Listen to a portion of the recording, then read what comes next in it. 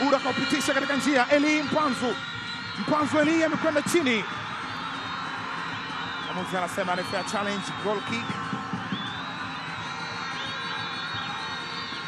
Eli Mpanzu na Tanimu akenda chini. Eli Mpanzu, Benjamin Tanimu akiwa katika mazingira na maka. Wamepata bao. Black Stars wamesawazisha. Black Stars kupitia Shekhani Ibrahim Hamis anawakumbusha Mungu yupo na Mungu yupo upande wao. Singida Black Stars kwa upande wa Black Stars, mpira ulitoka kwa James Mboma akakutana nao Shekhani Ibrahim. Wale walioangalia mechi ya Kagera na Black Stars, bao lilikuwa kama hivi. Pasi ilitoka kwa James Mboma ya kunyosha kama hivi na Shekhani Ibrahim akafunga. Huenda ikawa ni mpango naanzia mazoezini.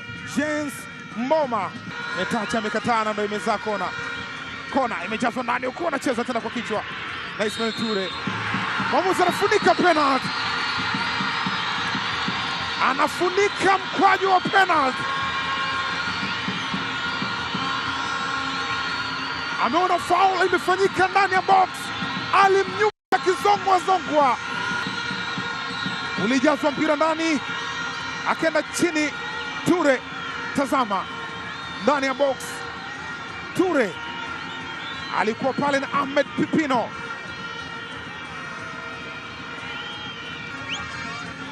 Na kocha msaidizi kwa upande wa Simba Christopher. Ni penalty. Imesimama.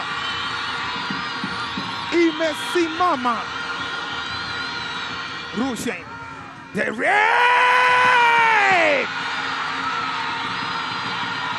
naamini unafahamu, naamini unajua vizuri kwamba Simba ni hatari kuliko chui. Yani Simba hii wanashangilia. Penalti safi kabisa ya Rushain Derek. Alifanywa madhambi Ismail Olivier Ture, ambao mpira ulikuwa unakwenda katika mwelekeo wake, naye Rushain Derek akaweka mpira kambani, akimpoteza Metacha Boniface Mnata, na anathibitisha kwamba Simba alikuwa analiona lango ili apageza kufanya kitu. Anajibu sasa. Yusuf Adam amekataliwa. Anthony Mligo anaonyesha kwamba kacheza mpira. Wanajibu tena. Libanse Geye kabadilisha mpira kwa Chama. Mwamuzi anasema madhambi yamefanyika. Tazama, ni foul mbaya amechezewa Yusuf Adam. Anazungumza na mameneja Patrick Roemamu kwa upande wa Simba na Miss Jocelyn Tambu kwa upande wa Singida Black Stars.